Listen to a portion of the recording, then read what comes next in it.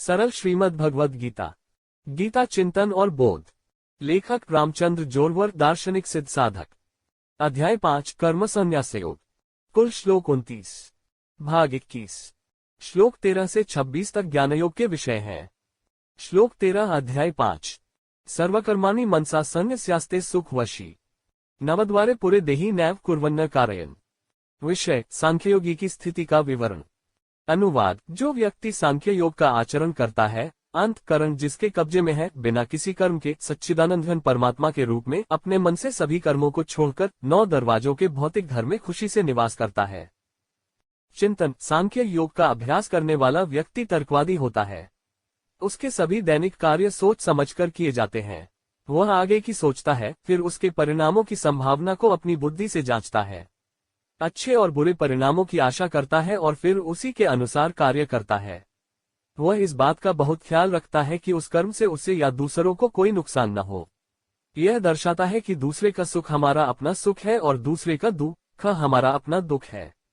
उन्होंने अनुभव किया है कि हर जगह सभी शरीरों में एक ही परमात्मा निवास करते हैं। उनको वह ज्ञान मिला हुआ है, इसलिए उन्हें ज्ञान योगी या सांख्य योगी बनाया जाता है। जीवन के कर्मों के ऐसे सोचे समझे आचरण के कारण ही उसका हृदय भी उसके वश में है। उसके मन में शुद्ध भावनाएं हैं, इसलिए उसका हृदय भी शुद्ध और पवित्र है। देह की इंद्रियां मनुष्य को कई मामलों में भटकाती हैं। वे 9 इंद्रियों के माध्यम से हैं। सिर पर 7 और कमर के नीचे 2 हैं। सिर के लिए 2 आंखें, 2 कान, 2 नथुने और 1 मुंह, यह 7 है।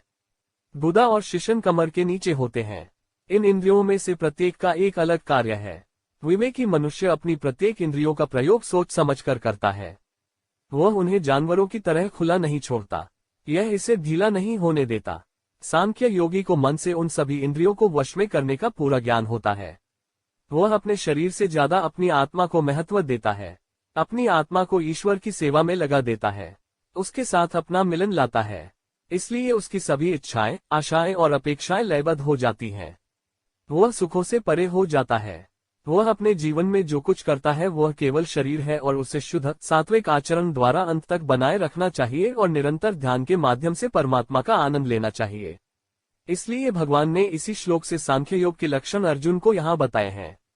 भगवान कहते हैं, सांख्य योग का अभ्यास करने वाला, हृदय पर अधिकार करने वाला, न तो कोई कर्म करता है और न ही कर्म करवाता है और 9 दरवाजों वाले भौतिक घर में मन से सभी कर्मों को त्याग कर सच्चिदानंद घन के रूप में खुशी से निवास करता है।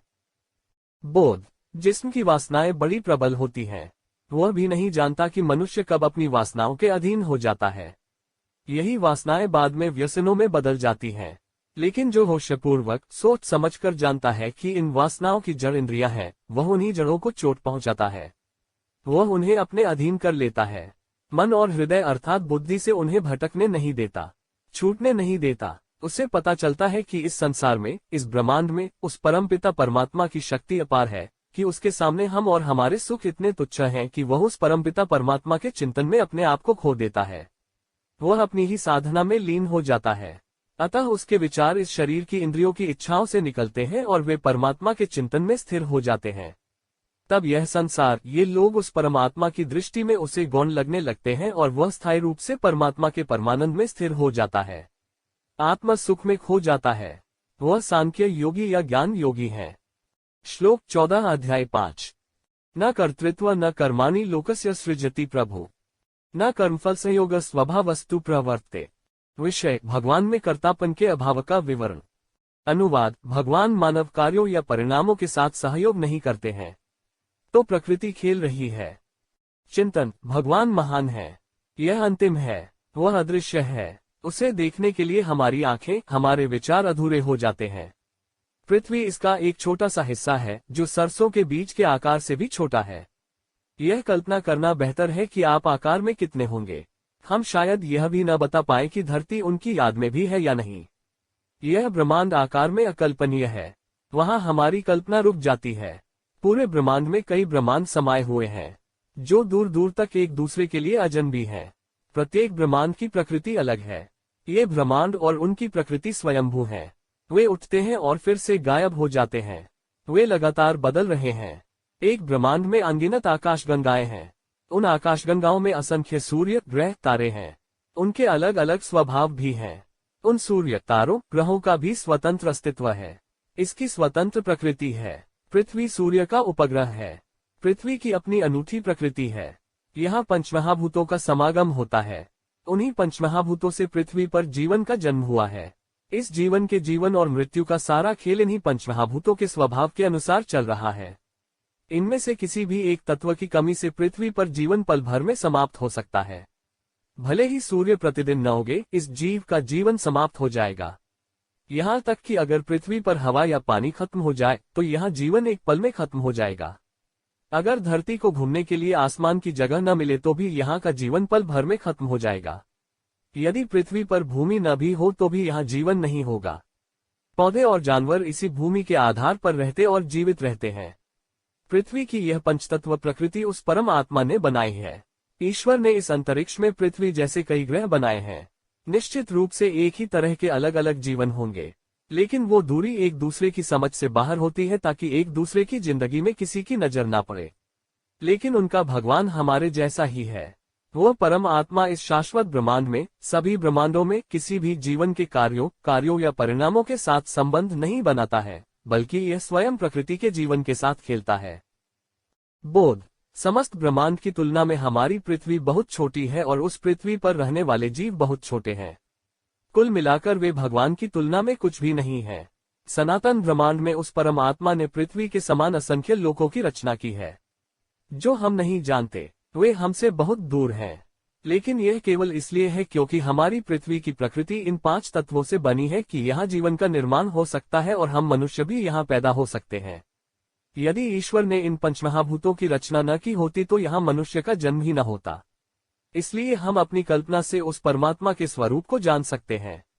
देख सकता हूँ हम एक तत्व हैं, उसके इस अथाह अंत का एक हिस्सा है। वह होश में हो या न हो, लेकिन हम उसे इस प्रकृति के माध्यम से जरूर देख सकते हैं, जान सकते हैं और महसूस भी कर सकते हैं। श्लोक 15 अध्याय 5। नादते कस्यचित् पापम न चैव सुकृत विभु अज्ञानेनावृत ज्ञान तेन मुह्यन्ति जन्तव। विषय कथन की भगवान किसी के पाप और पुण्य को स्वीकार नहीं करते। अनुवाद। सर्वव्यापी भगवान भी किसी के पाप या पुण्य कर्मों को अपने पास नहीं लेते हैं, लेकिन अज्ञान से ज्ञान आच्छादित है। इस प्रकार सभी अज्ञानी लोग मोहित हो जाते हैं। चिंतन। हमारा शरीर सभी पापों का कारण है। केवल जब हम शरीर के साथ इस दुनिया में प्रवेश करते हैं तो हम पाप के कर्म और उसके साथ दंड के साथ पैदा होते हैं। जब तक शरीर है तब तक पाप और पुण्य है। जब शरीर जाता है तो उसके साथ पाप और पुण्य भी जाते हैं। इसकी आत्मा इस शरीर के पापों और पुण्यों से बंधी नहीं है। यह तटस्थ है, स्वतंत्र है। शरीर अपनी दैनिक आवश्यकताओं की पूर्ति के लिए जो कर्म करता है वही इस पाप और पुण्य का निर्माण करता है। वे तरंगे उसी से उठ रही हैं। शरीर के बढ़ने के लिए, चलने के लिए इंद्रियों के विषयों की पूर्ति करनी पड़ती है। उसकी पूर्ति के लिए इंद्रियां मन का सहारा लेती हैं। उसी के अनुसार मन में भाव बनते हैं। तब मन बुद्धि का उपयोग करता है। वहाँ क्या सही है और क्या गलत, इसका फैसला होता है। बुद्धि द्वारा दिए गए निर्णय के अनुसार शरीर कर्म करने के लिए प्रेरित होता है और उसी के अनुसार कर्म मनुष्य के हाथों से होता है। फिर अपने और दूसरों के हित में किया जाए तो पुण्य हो जाता है, और यदि अपने हित में किया जाए पर दूसरों के हित में न किया जाए तो पाप हो जाता है।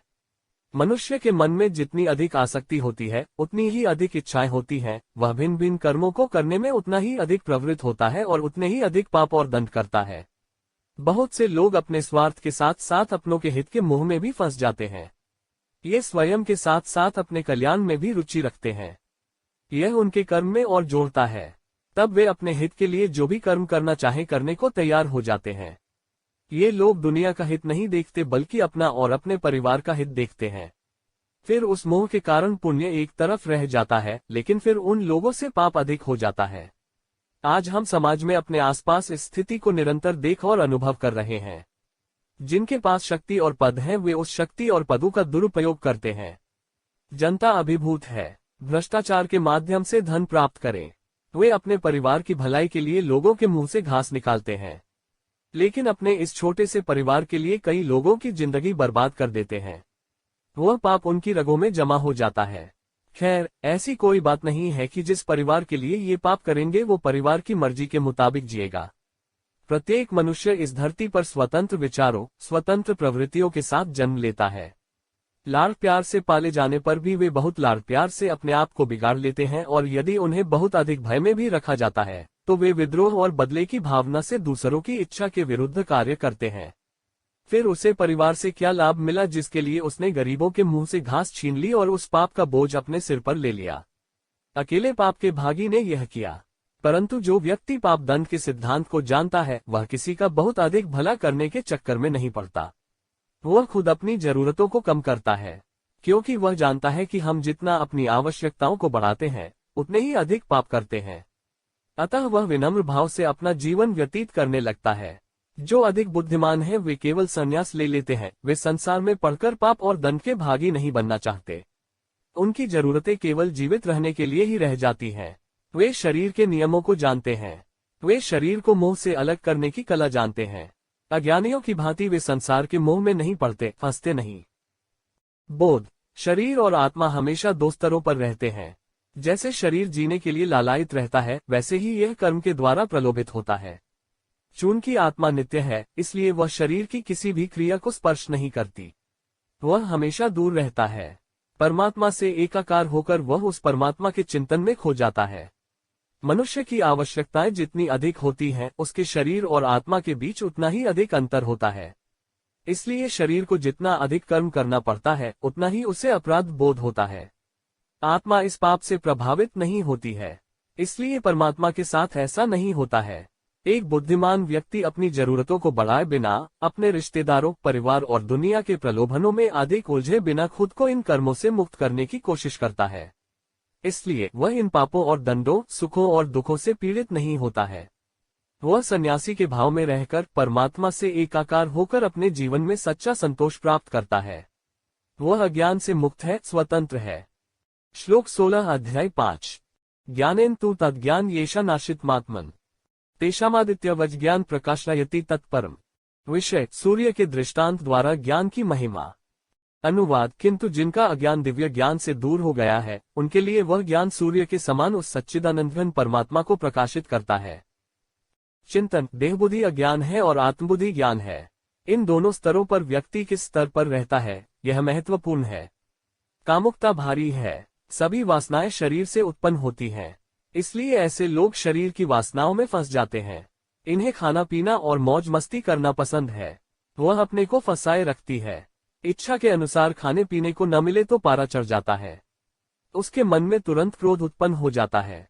यदि इन्हें अपनी इच्छा के अनुसार भौतिक सुख न मिले तो इनका पारा तुरंत चढ़ जाता है।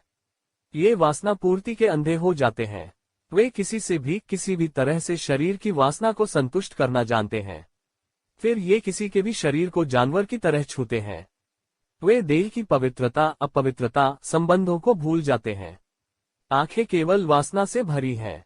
ऐसे लोग नासमझ होते हैं, अज्ञानी हैं, मूर्ख हैं। वे शरीर के सुखों से परे नहीं जा सकते। उसकी बुद्धि में शुद्ध चरित्र का प्रकाश नहीं होता। वे नहीं जानते कि कैसे जीना है। वे नहीं जानते कि ईश्वरीय ज्ञान क्या है और वे क्या खाते हैं। उसके लिए मस्तिष्क में रोशनी जगमगाने की जरूरत है। दिमाग सूरज की रोशनी की तरह चमकने लगता है। केवल वासना ही जीवन नहीं है।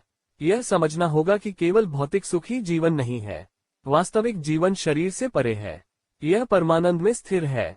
जैसे सूरज खुद को जलाता है, परंतु वह इस संसार को आलोकित करता है।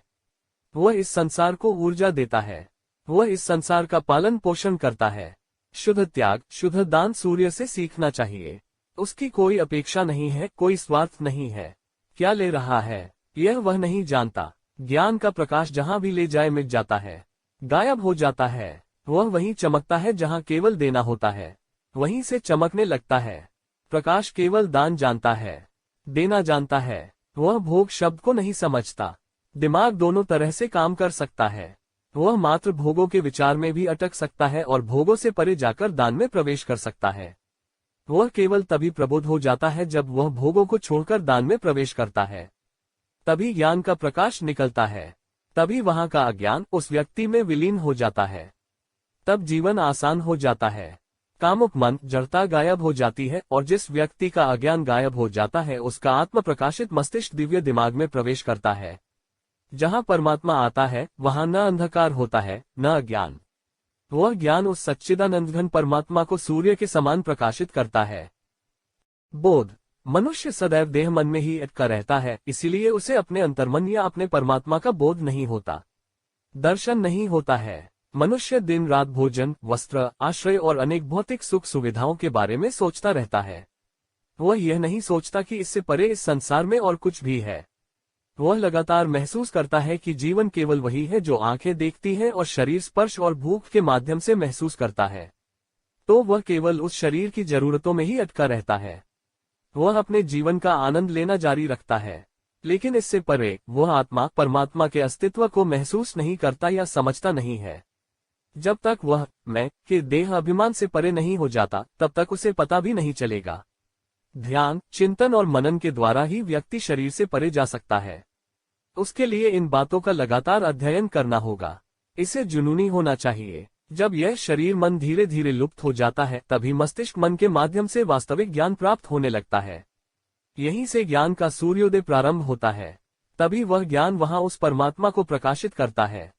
श्लोक 17 अध्याय 5। तद्बुद्धयस्दात्मानस्तन्निष्ठास्तत्प्रायणा गच्छन्त्य पुनरावृत्तिं ज्ञान निर्धूतकल्मषा।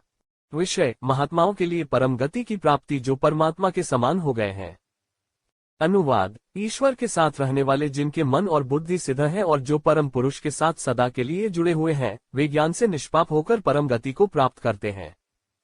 चिंतन, इस धरती पर बहुत कम जमीन है। जल का सागर उससे भी बड़ा है, और उससे भी बढ़कर पृथ्वी, सूर्य, चंद्रमा को धारण करने वाला आकाश विशाल है। मानव शरीर इस पृथ्वी की तरह सीमित है, लेकिन उसका मन और बुद्धि इस आकाश की तरह गहरी है।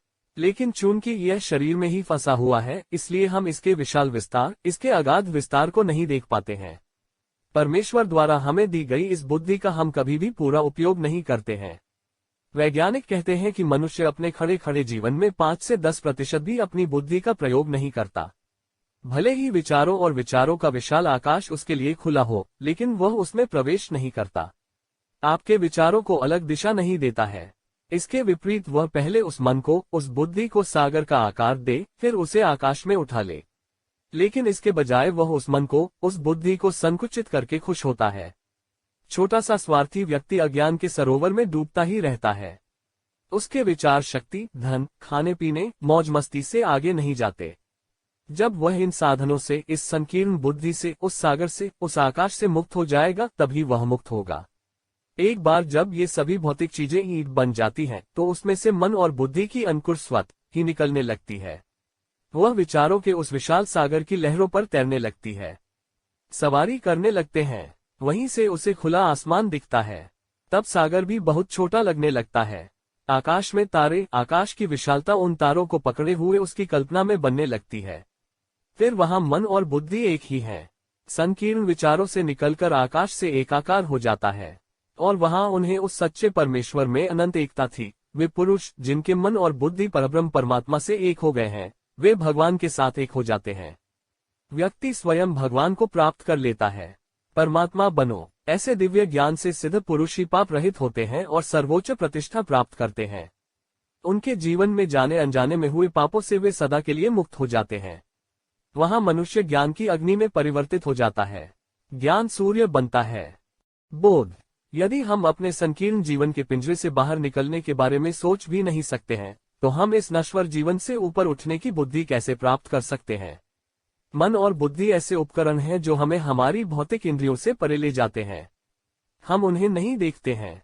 हम आकाश के शून्य को देख सकते हैं, लेकिन हम उसके आकार, उसकी शक्ति को माप नहीं सकते। ठीक उसी तरह शरीर की भी सीमाएं हैं। शरीर बहुत छोटा है, लेकिन इसके विचार यानी बुद्धि और मन इस आकाश की तरह विशाल हैं। यदि हम इनका सदुपयोग करें तो हम भी इस विराट विशाल आकाश का अनुभव कर सकते हैं। वहां हम उस परमपिता परमात्मा से मिल सकते हैं।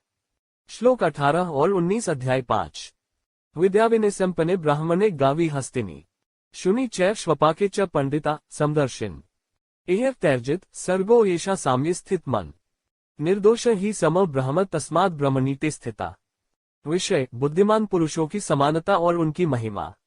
अनुवाद, वे पंडित, विद्या और विनय से युक्त ब्राह्मण, गाय, हाथी, कुत्ता और चांडाल सभी को संभाव से देखते हैं। जिनका मन संभाव में स्थिर है, वे इसी जन्म में सारे संसार को जीत लेते हैं। क्योंकि सच्चिदानंद घन परमात्मा निर्दोष और सम है, इसलिए वे सच्चिदानंद घन परमात्मा में स्थिर हैं। चिंतन, हम अपनी आंखों से जो देखते हैं, जिसे हम छू सकते हैं, जिसका रूप हमें भिन्न भिन्न दिखाई देता है, उसे भिन्न मानने के लिए हम स्वतंत्र हैं। यहाँ शरीर भी अलग है, वे अलग अलग दिखते हैं, उनकी चाल चलन अलग अलग है, उनके शरीर अलग अलग हैं, लेकिन आत्मा हर जगह एक ही है। शरीर अलग, आत्मा एक सार्वभौम नियम है। तो भगवान इस श्लोक के माध्यम से अर्जुन को अपनी सूक्ष्म जागरूकता दे रहे हैं। भगवंत कहते हैं, वे ज्ञानी पुरुष ब्राह्मणों, गायों, हाथियों, कुत्तों और चांडालों को संभाव से देखते हैं। इस ज्ञान को प्राप्त करने के लिए व्यक्ति को बहुत साधना करनी पड़ती है, कई अनुभवों से गुजरना पड़ता है। हम अपने गर्भ में पैदा हुए बच्चों में भी भेदभाव करते हैं। हमारे ही शरीर के अंग से पैदा हुए इन बच्चों को भी अलग अलग माना जाता है।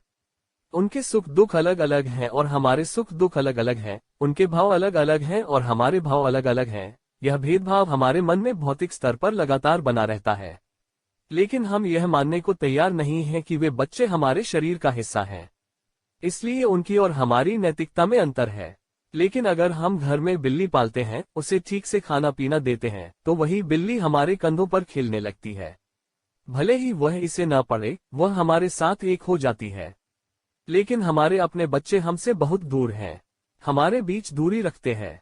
ऐसा क्यों होता है? तो हम जितनी ममता से उस बिल्ली को देखते हैं, उसकी देखभाल करते हैं, उससे उतना ही प्यार करते हैं जितना हम अपने बच्चों की देखभाल करने से चूक जाते हैं। उन्हें इतना प्यार करना मुश्किल है, इसलिए वे हमसे दूर हो जाते हैं। हम केवल उनका दावा करते हैं। जैसे जैसे हम मालिकाना हक साबित करने की कोशिश करते हैं, हमारे और उनके बीच दूरी बढ़ती जाती है। मालकियत से प्यार करना अलग बात है और निस्वार्थ भाव से प्यार करना अलग बात है। दोनों के बीच एक अंतर है। ज्ञानियों और अज्ञानियों में एक ही सिद्धांत, एक ही दृष्टि भिन्न है। एक बुद्धिमान व्यक्ति दुनिया के साथ व्यापार और अधिकारों की दृष्टि से व्यवहार नहीं करता है। अज्ञानी मनुष्य अपने से परे संसार को नहीं देख सकता। इसलिए भगवान कहते हैं, वे ज्ञानी पुरुष ब्राह्मण, गाय, हाथी, कुत्ते और चांडाल को संभाव से देखते हैं। अर्थात वह मानता है कि सब स्थानों में एक ही आत्मा है।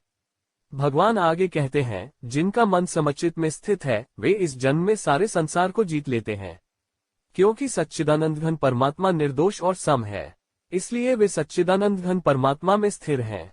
जब तक मनुष्य की दृष्टि अनुभव से स्थिर नहीं हो जाती, तब तक वह इस संसार में इस भेद को देखता रहता है।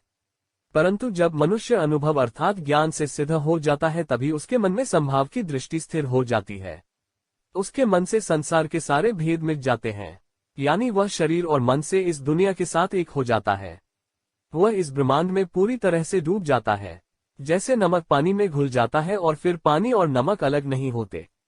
ऐसे ही तब यह कहा जा सकता है कि उसने इसी जन्म में इस संसार को पूरी तरह से जीत लिया है, क्योंकि सच्चिदानंद परमात्मा सर्वत्र एक ही है और यह योगी भी उसी में लीन है। इस प्रकार यह एक रूप हो जाता है, मिलाता है, बसता है। बोध, इसी भेद को ध्यान में रखकर ही मनुष्य जीवन भर अपने सभी कर्म करता है। इसलिए वह खुद को दुनिया से अलग मानता है, कोई अपने को शासक मानता है। मानव मन के भेदों को तब तक दूर नहीं किया जा सकता जब तक कि सभी अभिमान और अहंकारपूर्ण समझ और भ्रांतियां कि कोई अपने को शक्तिशाली मानता है, कोई अपने को धनी समझता है। यह कहना गलत नहीं होगा कि अनेक जन्मों का पुण्य और अनेक जन्मों का तप अन्य पशु पक्षी, पेड़ पौधों और मनुष्यों के भेद को समाप्त करने के लिए आवश्यक है। यदि ध्यान में लाया जाए तो यह भेदभाव एक क्षण में भी मन से मिट सकता है, लेकिन उस लिहाज से उस व्यक्ति को सोच समझकर कार्य करना शुरू कर देना चाहिए। फिर उसके मन से यह दूरी धीरे धीरे मिट जाएगी। भेद के ये बादल मनुष्य के मन में बने रहते हैं, वह अपने मन से जात पात आदि भेदों को दूर नहीं होने देता। हम कब मानेंगे कि सभी पेड़ पौधे, पशु पक्षी, मनुष्य में एक ही सार है, एक ही जीवन है? उसके लिए बड़ी साधना करनी पड़ती है, घोर तपस्या करनी पड़ती है। तभी मन से ये भेद धीरे धीरे मिटेंगे और देखा जाएगा कि सर्वत्र एक ही आत्मतत्व, एक ही परमात्मा भरा हुआ है। श्लोक 20 और 21 अध्याय 5। न प्रहृषेत प्रियम प्राप्य नोद्विजेत प्राप्य चाप्रियम स्थिर बुद्धिर सम्मोह ब्रह्मविद ब्राह्मणी स्थित बाह्यस्पर्शेष्वसक्तात्मा विन्दत्यात्मनि यत् सुखम स ब्रह्मयोगयुक्तात्मा सुखमक्षयमश्नुते। विषय, ब्रह्मज्ञान के लक्षण और उसकी शाश्वत सुख की प्राप्ति। अनुवाद, जो मनुष्य किसी प्रिय वस्तु के मिलने पर प्रसन्न नहीं होता और अप्रिय वस्तु के मिलने पर दुखी नहीं होता, निसंदेह ब्रह्मवेत्ता पुरुष स्थिर बुद्धि वाला सदैव परमात्मा के साथ एकत्व में स्थित रहता है। एक साधक जिसका हृदय बाहरी मामलों से कोई लगाव नहीं रखता है, वह आत्मा के भीतर ध्यान का सात्विक आनंद प्राप्त करता है। फिर वह सच्चिदानंद घन परब्रह्म परमात्मा पर ध्यान के रूप में योग में एकता में एक व्यक्ति के रूप में शाश्वत आनंद का अनुभव करता है।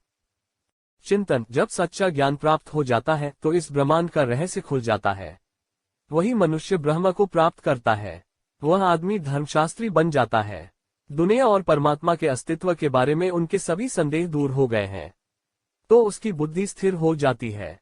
विचार बढ़ते नहीं हैं। तब उसके जीवन में कोई लगाव नहीं होता, कोई आसक्ति नहीं होती। तो वह सारे क्रोध के पार चला जाता है। ऐसे स्थिरचित संदेह ब्रह्मवेता के बारे में भगवान कहते हैं, जो प्रिय वस्तु मिलने पर प्रसन्न नहीं होता और अप्रिय वस्तु मिलने पर व्याकुल नहीं होता। एक साधक जिसका हृदय बाहरी मामलों से कोई लगाव नहीं रखता है, वह आत्मा के भीतर ध्यान का सात्विक आनंद प्राप्त करता है। वह तब एक ऐसे व्यक्ति के शाश्वत आनंद का अनुभव करता है जो ध्यान योग में सच्चिदानंदघन परब्रह्म के साथ एकता में है। आनंद और अक्षय आनंद में फर्क है। साधारण कर्म करने का, साधारण जीवन जीने का आनंद भी साधारण है। पसंदीदा खाना खाने से जो खुशी मिलती है वह सामान्य है। परिश्रम या अन्य साधनों से कमाया गया धन व्यक्ति को सामान्य सुख देता है। सांसारिक सुख साधारण सुख देते हैं। शक्ति का भोग शरीर देता है सामान्य सुख। रिश्तेदार, दोस्त और परिवार आम खुशियों में भागीदार होते हैं। परंतु इन सब सुखों से परे जो सत्य की खोज करता है, वह परमात्मा को प्राप्त करता है। इस ब्रह्मांड के रहस्य को जानने वाला हमारे शरीर से भी आगे निकल जाता है। उसे शरीर के सुखों में कोई दिलचस्पी नहीं है। उसका मन एकमात्र सर्वोच्च होने के अस्तित्व पर ध्यान केंद्रित करता है। उसे ईश्वर के सिवा कुछ नहीं दिखता। उसी ध्यान में लीन रहने की उसकी अवस्था ही उसकी शाश्वत आनंद में लीन होने की अवस्था है। इसके अतिरिक्त और कुछ नहीं रहता। वहीं उनका ध्यान हमेशा एकाग्र रहता है। उसमें निमग्न होकर उस परमात्मा के ध्यान का सनातन आनंद अर्थात जीवन के परम लक्ष्य की प्राप्ति है। वहीं से जीवन सार्थक होता है। वहीं मनुष्य पूर्णता को प्राप्त करता है, मुक्त हो जाता है, मोक्ष प्राप्त कर लेता है। फिर कोई वापस नहीं जा रहा है। यही मानव जन्म की वास्तविक सफलता है। यह प्राप्य है। बोध। बहुत से लोग नहीं जानते कि वे मनुष्य के रूप में क्यों जन्म लेते हैं। जीवन भर वे अंत तक भौतिक सुख भोगों में ही फंसे रहते हैं। जाते भी हैं तो भ्रमित रहते हैं। वे कई अधूरी इच्छाओं और आकांक्षाओं का बोझ लेकर शरीर छोड़ देते हैं। अतः उन अधूरी इच्छाओं, उन आकांक्षाओं की पूर्ति के लिए वे जीवन भर यहाँ वहाँ विभिन्न योनियों में भ्रमण करते रहते हैं। इसलिए उन्हें मुक्ति नहीं मिलती, कोई मोक्ष नहीं है। शरीर के समान सुखों, शरीर के सुख दुखों को निरंतर भोगते हुए आत्मा इस पृथ्वी पर दैक भोग करती रहती है। मनुष्य जन्म में उस परमपिता को महसूस करने का, उसे प्राप्त करने का अवसर मिलता है। सभी को इस जन्म में इस अवसर का लाभ उठाना चाहिए कि इन भौतिक सुखों के शोर को छोड़कर उनके ध्यान में लीन हो जाएं और हमेशा के लिए उनमें लीन हो जाएं। मनुष्य को नश्वर संसार और शाश्वत संसार के बीच के अंतर को जानना चाहिए और इस ब्रह्मांड के सत्य का अनुभव करना चाहिए। उस सत्य को जानने के बाद यह संदेह हुआ कि उस परमपिता परमात्मा के सिवा और कुछ भी सर्वत्र विद्यमान नहीं है। बुद्धि इसके ध्यान में लीन रहती है और वहीं हमें वह शाश्वत आनंद प्राप्त होता है। तब मैं उस साधना से दोबारा बाहर नहीं आना चाहता। यहीं पर इस आत्मा का अंत होता है। श्लोक 22 अध्याय 5। ये ही संस्पर्शजा भोगा दुःखयो नैवते आद्यंतवंत कौन्तेय न तेषु रमते बोध। विषय भोगों की निंदा। अनुवाद। इंद्रियों और विषयों के संयोग से जो भी सुख उत्पन्न होते हैं, वे विषय को सुख देने वाले होते हुए भी दैक के कारण और अनित्य हैं। अतः हे अर्जुन, बुद्धिमान समझदार पुरुष इससे खुश नहीं होते। चिंतन। हमारे शरीर की इंद्रियां हमें अपने विषयों में लीन रखती हैं। हमारे बीच, हमारी आत्मा और परमात्मा के बीच ये इंद्रिय पदार्थ बादलों की तरह घने हैं। वे हमारी आत्मा और परमात्मा में एक अंतर पैदा करते हैं। वे एक अप्रभेद्य पर्दा बनाते हैं। वे हमारे पास, हमारे आसपास होते हुए भी हमें ईश्वर को देखने नहीं देते। विषयों के मोह का पर्दा इतना घना है कि हमारी दृष्टि उसके पार नहीं जा सकती। जीभ ही हमें रस में फंसाती है। मन में सिर्फ खाने का ख्याल रखती है। वह खाने के अलावा और कुछ नहीं सुझाती। खाना और पेट भरना उसका विषय है। इसके अतिरिक्त अपने शरीर का गुणगान करना, मन में आने वाले शब्दों का उच्चारण करना उनका एक और विषय है। इसलिए वह लोगों को इकट्ठा करती रहती है या उन्हें फटकारती रहती है। बुद्धि इंद्रियों के समस्त विषयों का संग्रह है। जीवन भर वे शुद्ध रूप से कुछ इकट्ठा करने की सोचते हैं। उन्हें इस जमाखोरी के रवैये से मुक्त किया जाना चाहिए। तभी हमारा मन, हमारे विचार और हमारी बुद्धि इनसे मुक्त हो सकती है। आंखें मनचाहे दृश्य को देखने और कैद करने की कोशिश करती हैं। यह उस दिशा में है कि वे व्यक्ति का नेतृत्व करते हैं। वे यह सुनने का नाटक करते हैं कि कान क्या पसंद करते हैं, नहीं तो यह व्यक्ति को परेशान करते हैं। वे उसके मन में क्रोध पैदा करते हैं। मनुष्य विपरीत शब्द सुनने और विपरीत दृष्टि देखने की मानसिकता नहीं रखता। एक जमाखोर उसे भौतिक चीजों और लोगों को इकट्ठा करने के लिए प्रेरित करता है। वह उस भीड़ में फंस जाता है। वह इसमें अपना पूरा जीवन व्यतीत करता है, लेकिन यह उसे क्षणिक सुख देता है।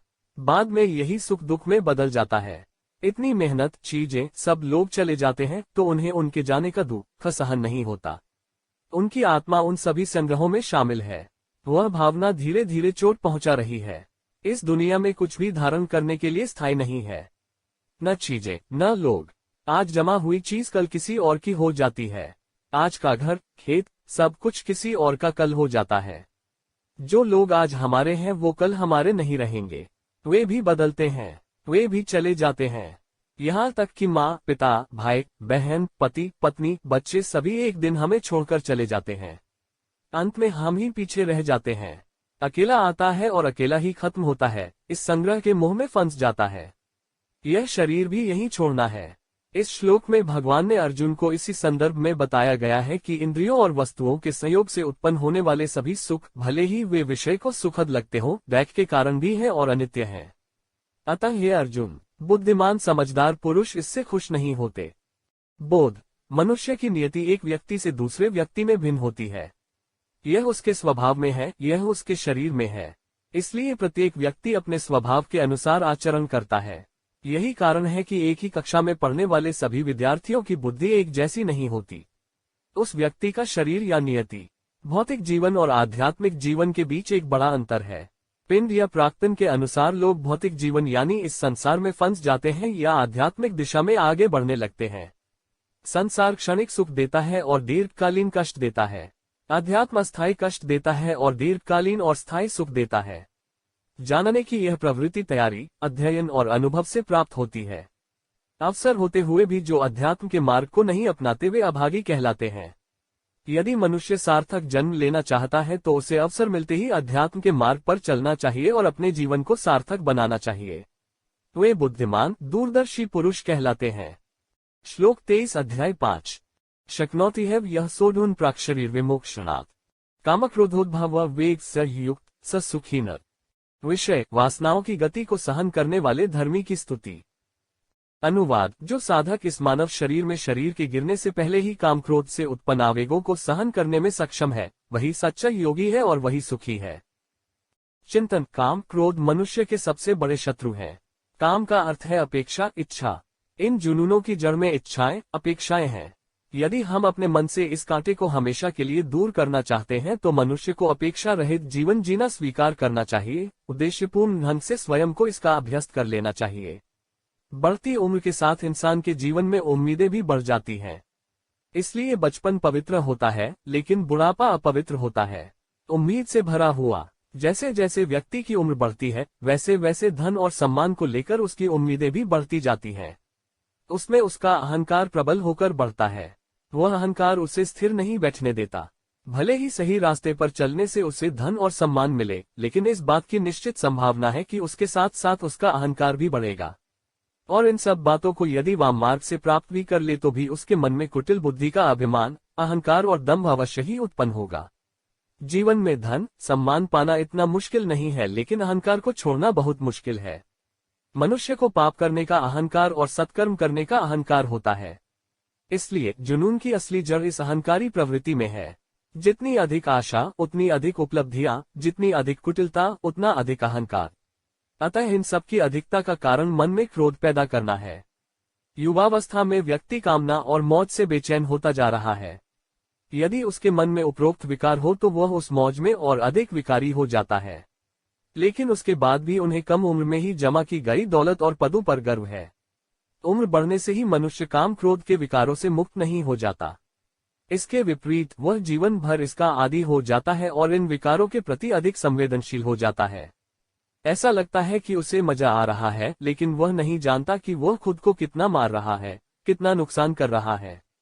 वह उन जुनूनों को आदर्श गुण मानता है, लेकिन वे उसका भ्रम है। क्रोध के परिणाम कभी आदर्श नहीं होते। वे इंसान को नीचे लाते हैं और नुकसान पहुंचाते हैं। इसलिए प्रत्येक मनुष्य को काम और क्रोध के विकारों से सदैव अपने को बचाना चाहिए, चाहे वह अपने जीवन में कितना भी सफल क्यों न हो जाए। अक्सर ऐसा होता है कि व्यक्ति स्वयं बहुत ही सरल और सीधा होता है, किसी को कोई नुकसान नहीं है, लेकिन सामने वाले जरूरी नहीं कि ऐसे ही हो। जैसे इस धरती पर इंसानों के अलग अलग चेहरे हैं, वैसे ही उनके अलग अलग स्वभाव भी हैं। यहाँ फूल कम और कांटे ज्यादा हैं, इसलिए हम कितने भी सीधे क्यों न हो, हमें दूसरे व्यक्ति से वैसी ही उम्मीद नहीं रखनी चाहिए।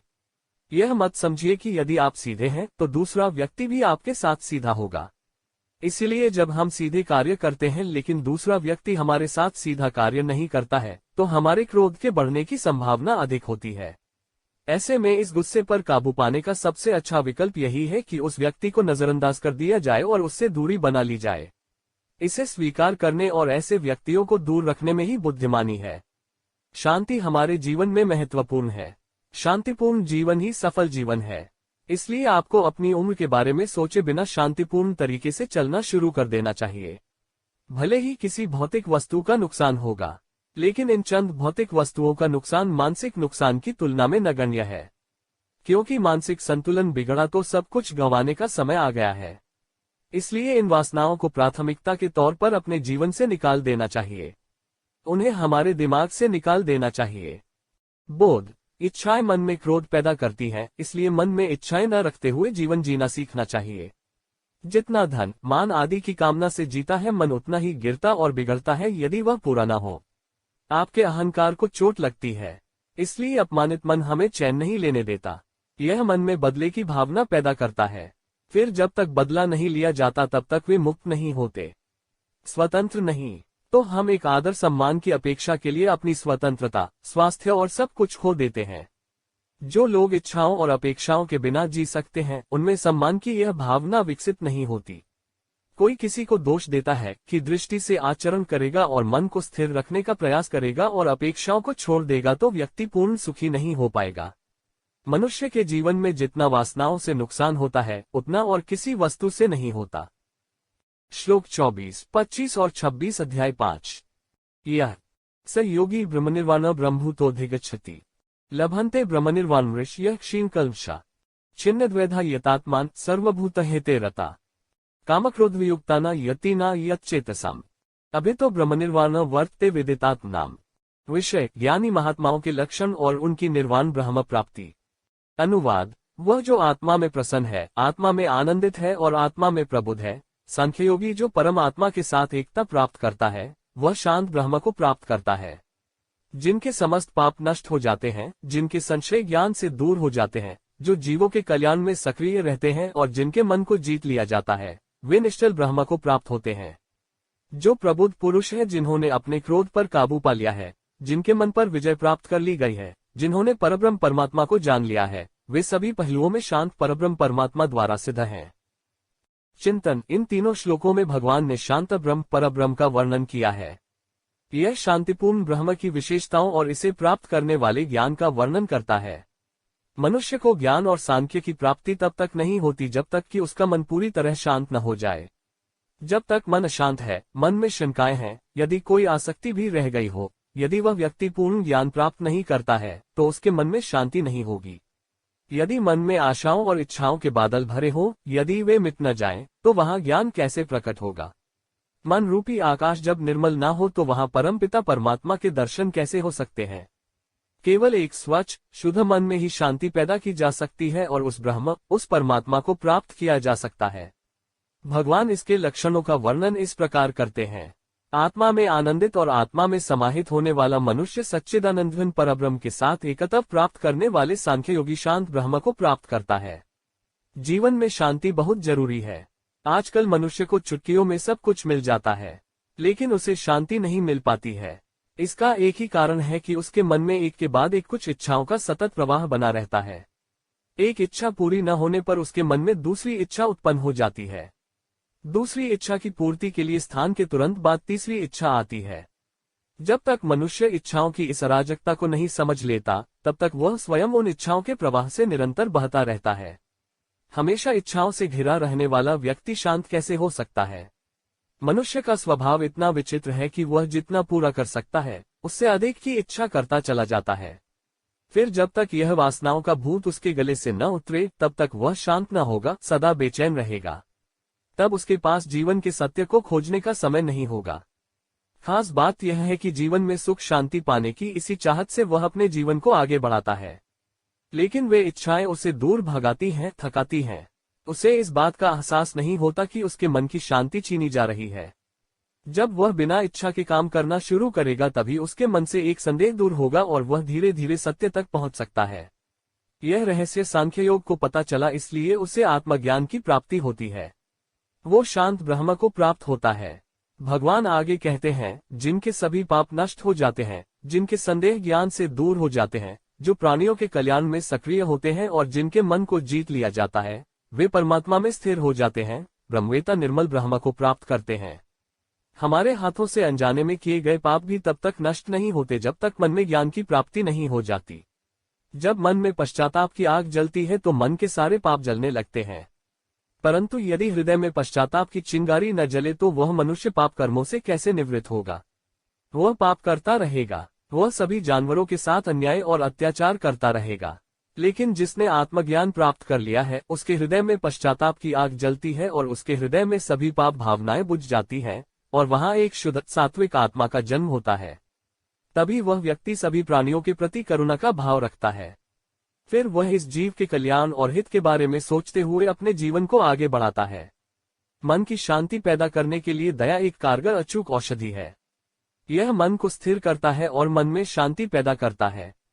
ऐसे योगी ब्रह्मवेता माने जाते हैं और वही ब्रह्मवेता शांत ब्रह्म को प्राप्त होते हैं। बाद में भगवान ने उन्हें यह संकेत बताया है, जो प्रबुद्ध पुरुष हैं, जिन्होंने क्रोध को जीत लिया है, जिन्होंने मन को जीत लिया है, जिन्होंने परब्रह्म परमात्मा को जान लिया है, वे शांत परब्रह्म परमात्मा द्वारा सभी पहलुओं में सिद्ध हैं। मनुष्य के लिए सब कुछ संभव है, लेकिन वासनाओं को जीतना बहुत कठिन है। इसकी चर्चा हम इस अध्याय के 23वें श्लोक में कर चुके हैं। इसी तरह जो व्यक्ति जुनून को जीतकर और मन को जीतकर आत्म साक्षात्कार प्राप्त करता है, वह सभी पहलुओं में परिपूर्ण, शांत और परिपूर्ण है। इसका अर्थ है कि उसका जीवन केवल परमेश्वर से नहीं है, वह ईश्वर में विलीन हो जाता है। यह एकीकृत है। बोध: हम अपने जीवन में सुख शांति पाने के लिए सब कुछ प्राप्त करते रहते हैं, लेकिन हमारी खुशी पाने की दिशा गलत है। हमें जो कुछ भी मिलता है वह इच्छा से, आसक्ति से मिलता है। इसीलिए एक इच्छा के पूर्ण होते ही मन में दूसरी इच्छा उत्पन्न हो जाती है और फिर उन इच्छाओं में मन की शांति खो जाती है। इच्छा रहित कर्म अर्थात आसक्ति रहित कर्म करने की आदत डालने वाले ही अपने जीवन में सच्ची सुख शांति का अनुभव कर सकते हैं। वह वास्तविक सुख अर्थात परमपिता परमात्मा, मन की शांति के अलावा दूसरा भगवान कहाँ है?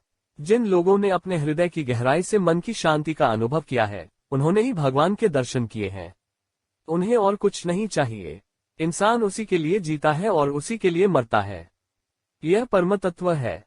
अब तक 5वें अध्याय के श्लोक नाम 13 से 26 तक ज्ञान योग विषय की व्याख्या की है। श्री कृष्णार्पणमस्तु।